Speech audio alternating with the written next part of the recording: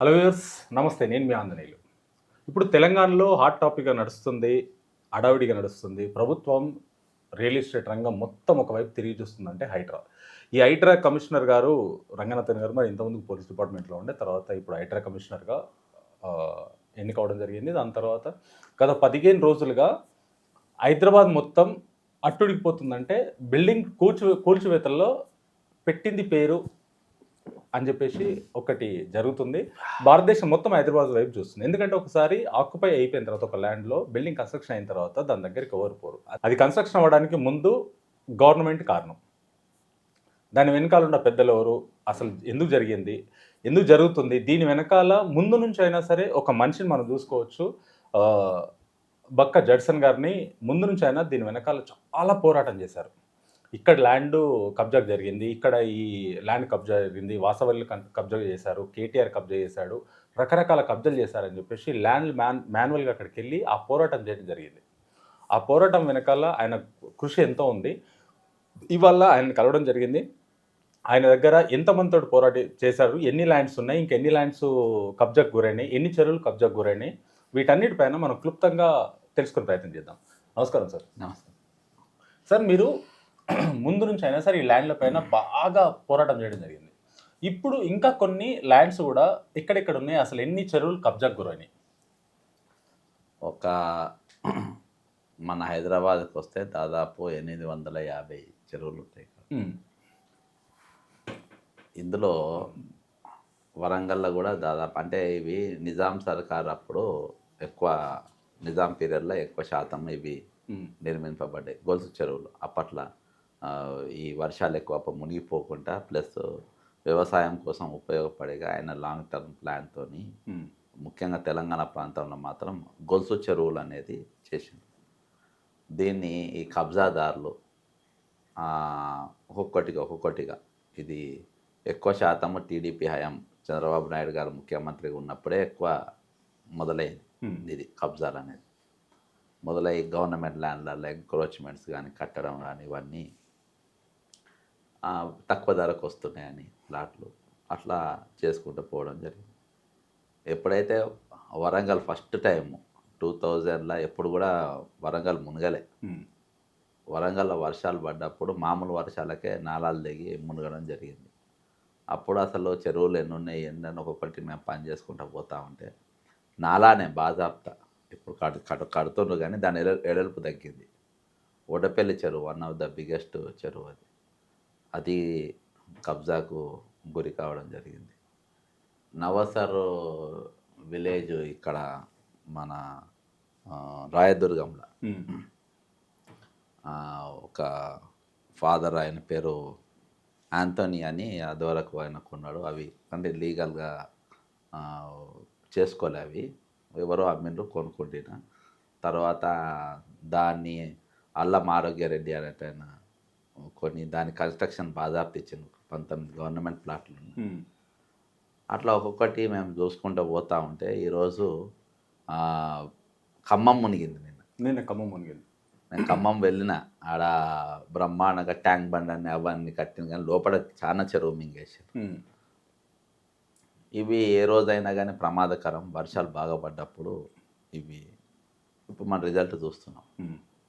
కాబట్టి ఇది ఎందుకోసము రేవంత్ రెడ్డి గారు తీసుకుంటో తెలియదు, కానీ అంటే వేరే అన్ని దారి మరలనికి, కానీ ఇది మాత్రము ఇవాళ ఏవైతే జరుగుతుందో ఇది 100% జరగాల్సిన పరిస్థితి జరగాలి, లేకుంటే ఇబ్బంది అవుతుంది. హైదరాబాద్లో ఎన్ని చెరువులు ఉన్నాయి సార్? అప్రాజ్పేటలో దాదాపు 800 పైన ఉంటాయి. 800 చెరువులు. దాంట్లో ప్రైవేట్ చెరువులు ఎన్ని, గవర్నమెంట్ చెరువులు ఎన్ని? ఎందుకంటే ప్రైవేట్ చెరువులోకి గవర్నమెంట్ వెళ్ళి వాళ్ళు కన్స్ట్రక్షన్ని కూలగొట్టడానికి అధికారం ఉండదు.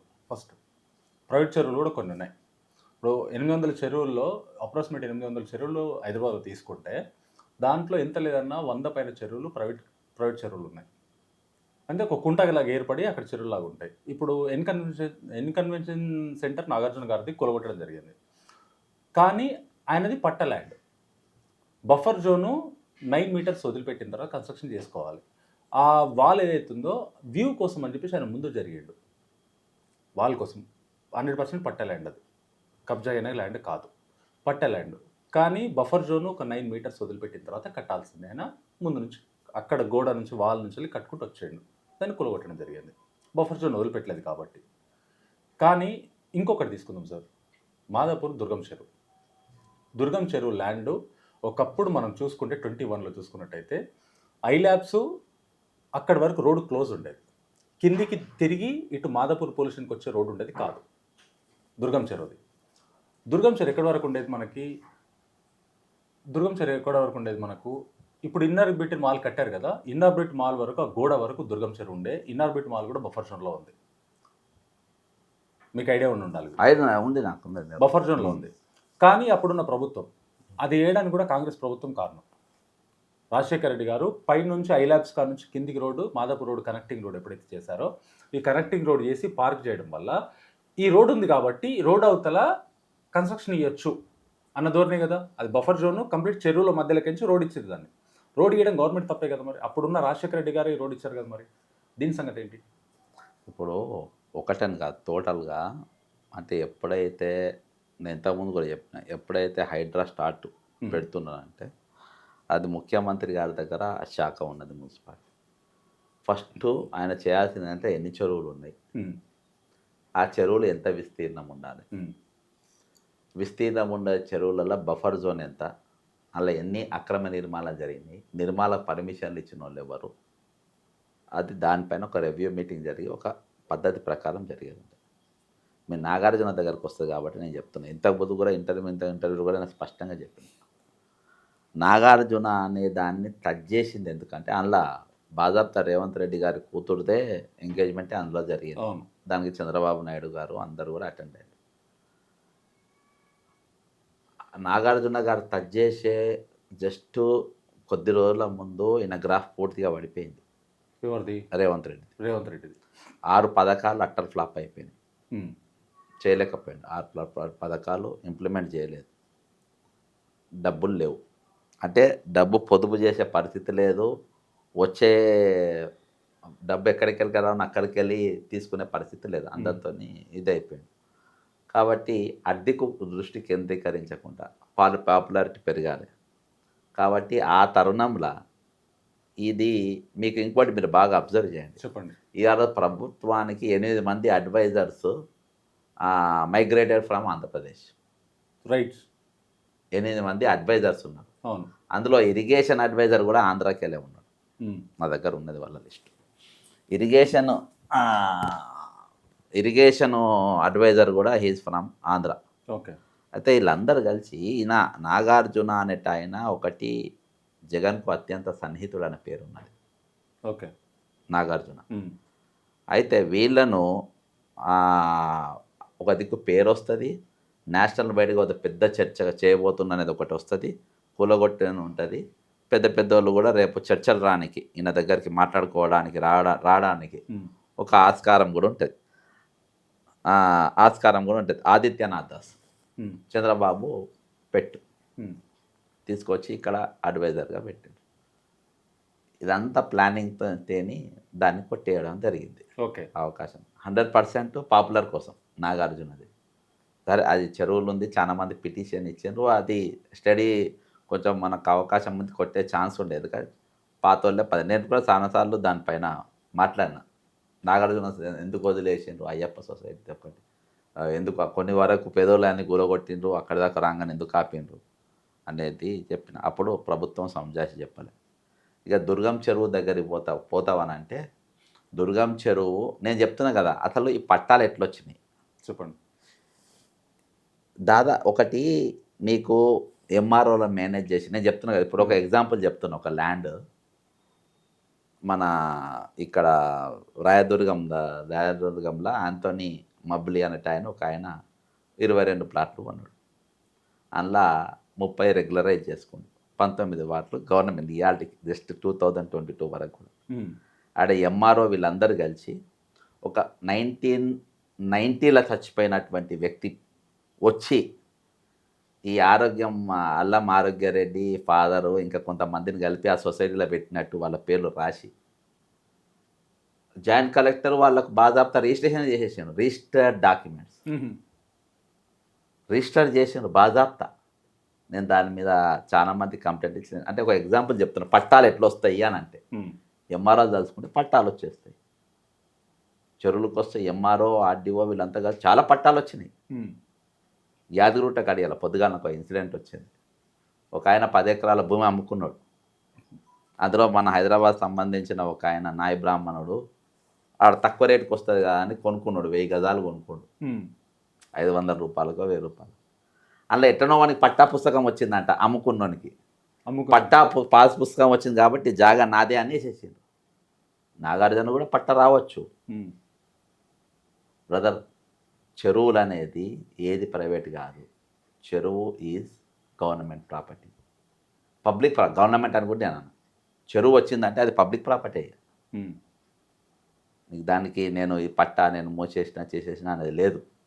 నీకు అది ఏది జరిగినా రాజశేఖర రెడ్డి గారి పీరియడ్ ఉన్నప్పుడు పర్మిషన్లు ఇచ్చిండ్రా, చంద్రబాబు నాయుడు గారు ఉన్నప్పుడు పర్మిషన్లు ఇచ్చిండ్రా, ఇవన్నీ గతంలో అదంతా వైభవంగా నడిచింది. ఈరోజు ఊళ్ళు మునిగిపోయే స్థాయికి వచ్చింది. ఎక్కడికి వచ్చిందనంటే ఈరోజు మొత్తం కంప్లీట్గా గ్రౌండ్ చేసేసాను. రేపు ఇవాళ ఖమ్మంలో చూడు, వరంగల్లో చూడు ఒక చిత్రం, మునిగిపోడు. ఖమ్మం మునిగిపోడు. నేనైతే ఖమ్మం కళ్ళారా చూసిన బ్రదర్ చెరువులు. బాదాప్తా విల్లాలే కట్టేశాను. వరంగల్ని అయితే చెరువులు మూసేసి కట్టేశాను. అసన్పట్టి దగ్గర నేను బాదాప్తా వీడియోలే తీసిన, చెరువులు మూసేసాను. ఈరోజు అంటే అక్కడ వరకు పోతుంది అనేది క్వశ్చన్ మార్కే. నేను అనుకునేది చెరువులు ఎన్క్రోచ్ అయినా మొత్తం కూలగొట్టేస్తారు, కట్టేస్తారు అనేది క్వశ్చన్ మార్క్. ఈరోజు రేవంత్ రెడ్డిని కాపాడింది ఏకైక ఇది ప్రోగ్రాము ఈరోజు హైడ్రా.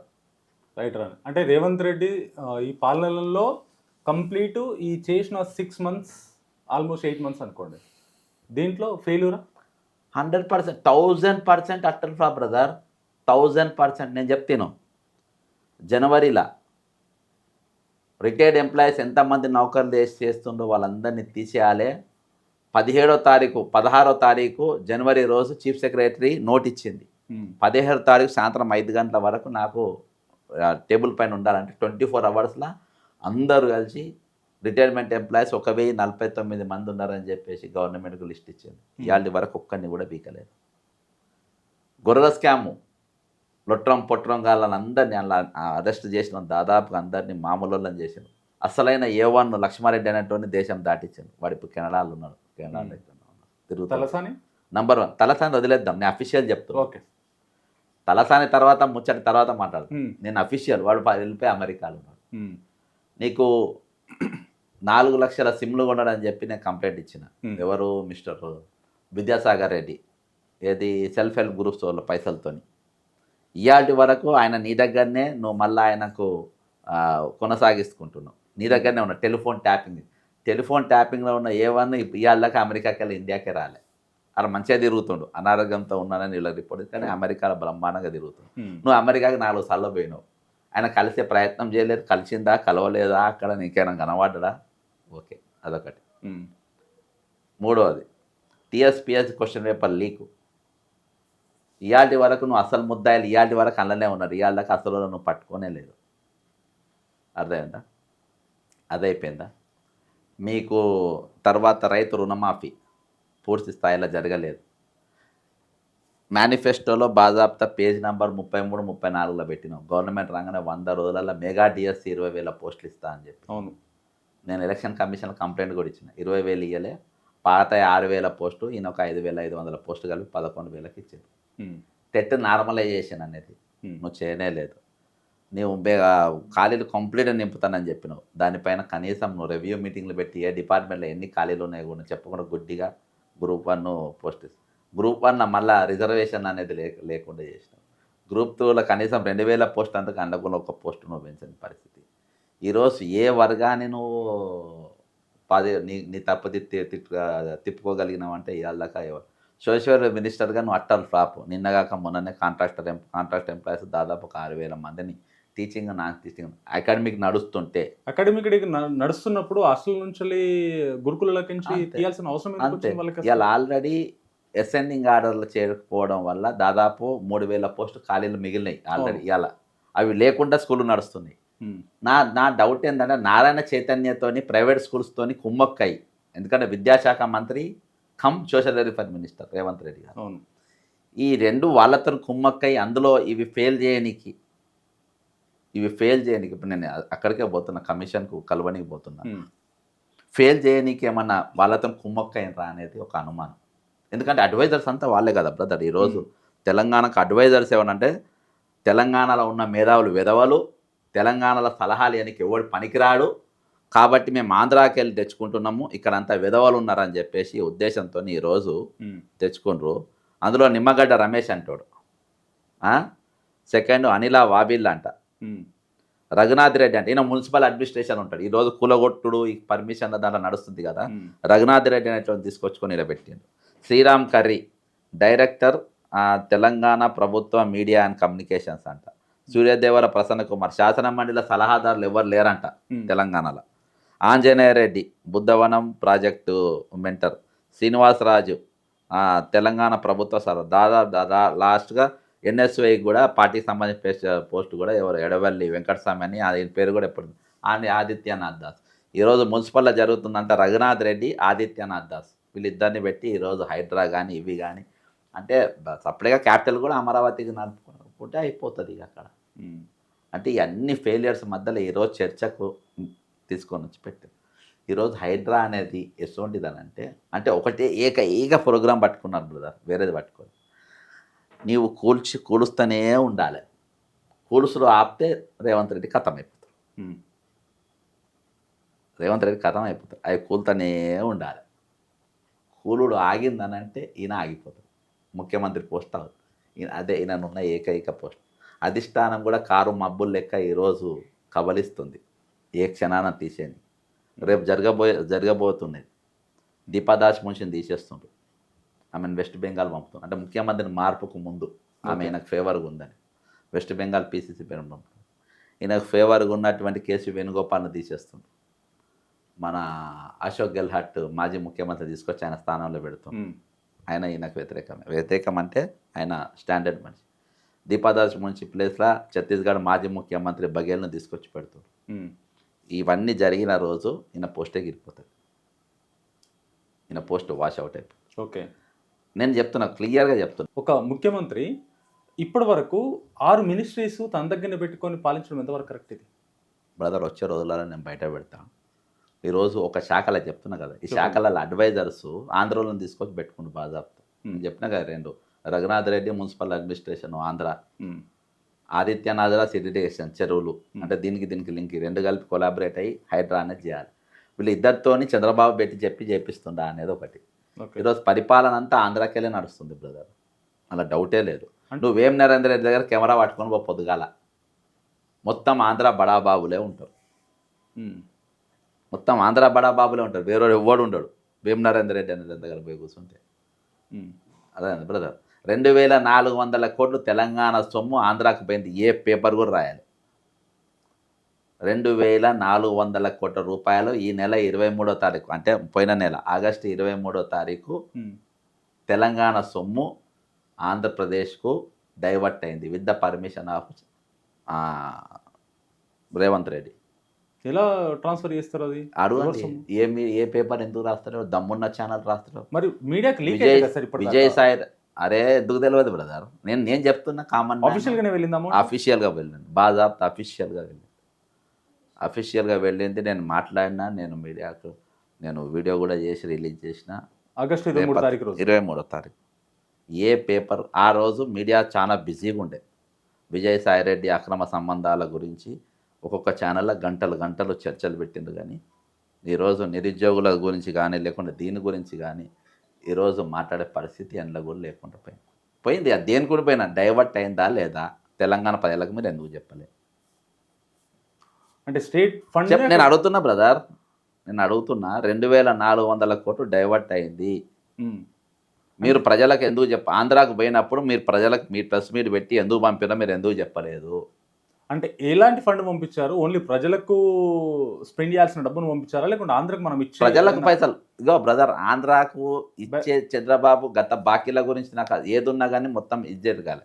10 ఏళ్ళు ఇయ్యని పైసలు ఈరోజు రేవంత్ రెడ్డి వచ్చినాక ఎందుకు చెల్లిస్తుండ్రు?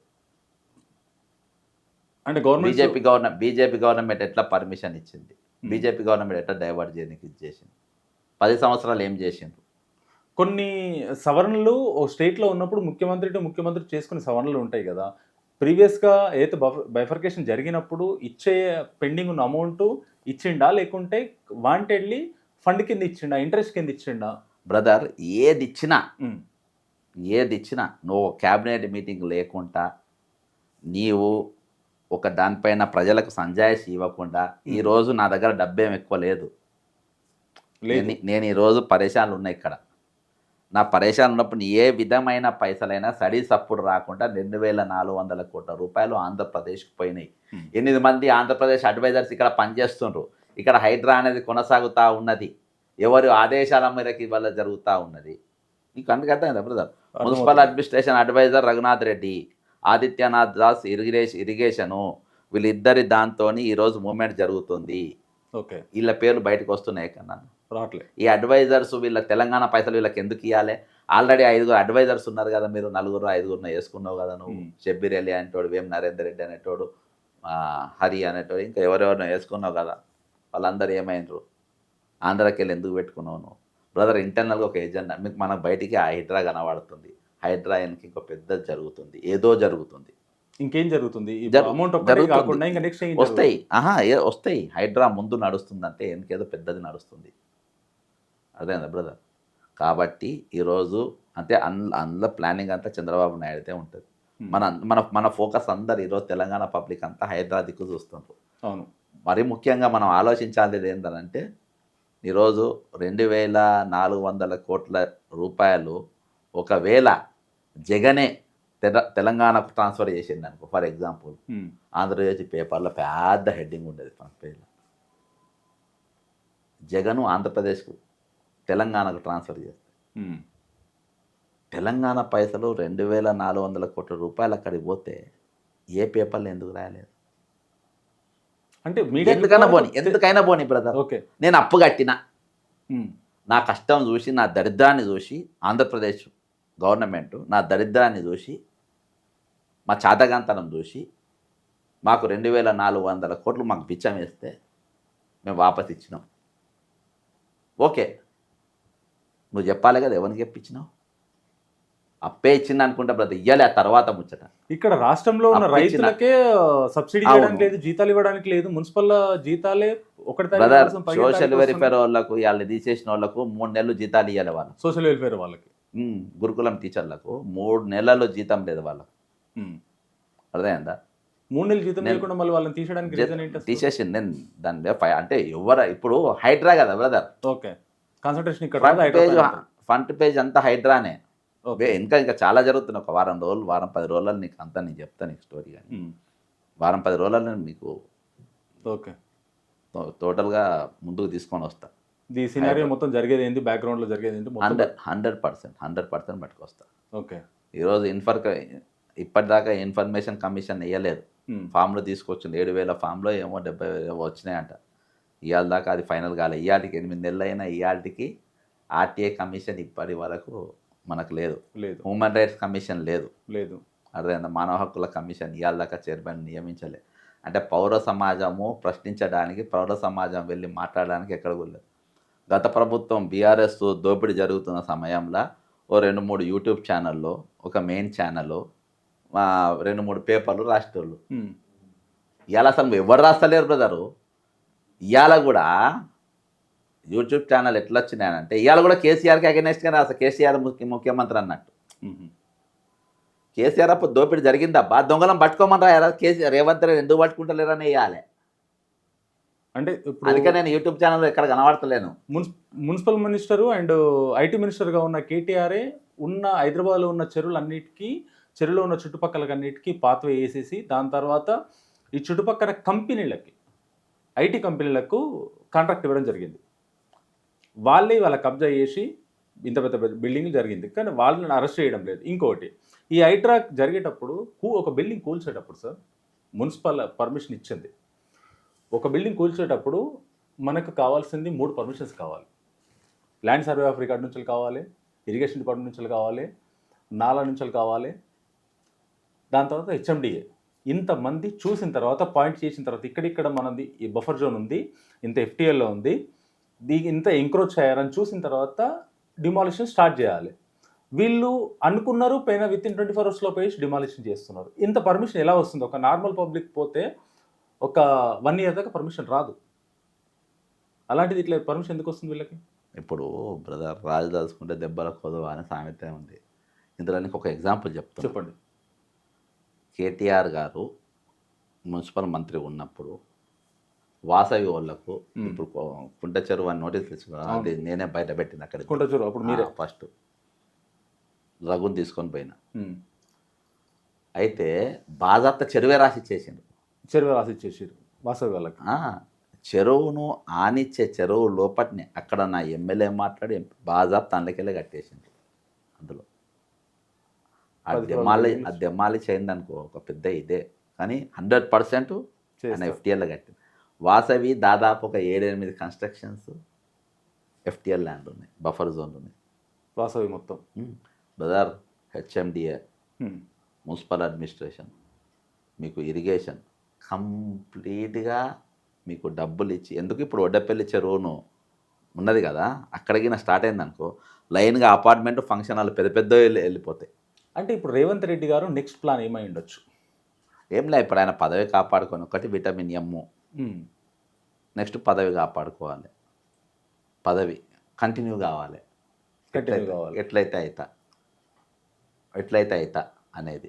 అంటే మీరున్నది కాంగ్రెస్ ప్రభుత్వంలోనే, మీరు ముందైనా రాజశేఖర రెడ్డి గారు అనే ఇష్టం మీకు ముందు నుంచైనా మీరు కాంగ్రెస్ ప్రభుత్వానికి సపోర్ట్ చేస్తూ దానికే ఉన్నారు. కానీ ఇవాళ రేవంత్ రెడ్డి గారు తప్పు చేస్తున్నారని చెప్పేసి నిలదీసే పొజిషన్ ఎందుకు వచ్చింది మీకు? ఇలా కాంగ్రెస్ గవర్నమెంట్ ఉందని ఎవడు అంటుండు? లేదా టీడీపీ కాంగ్రెస్ అబ్బా, అడ్వైజర్స్ సప్లైడ్ లేదు బ్రదర్. ఇవాళ అమరావతి క్యాపిటల్గా పనిచేస్తుంది. ఇవాళ కాంగ్రెస్ పార్టీలో ఒక 4-5 మంత్రులుగా వాళ్ళు ఉండవచ్చు, కానీ వాళ్ళది పప్పులేం ఉరుకుతలేవు.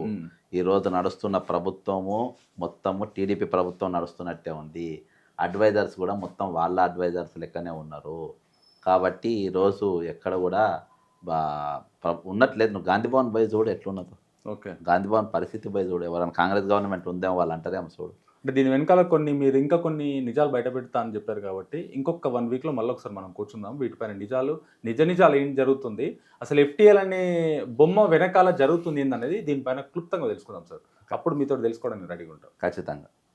Thank you. Thank you.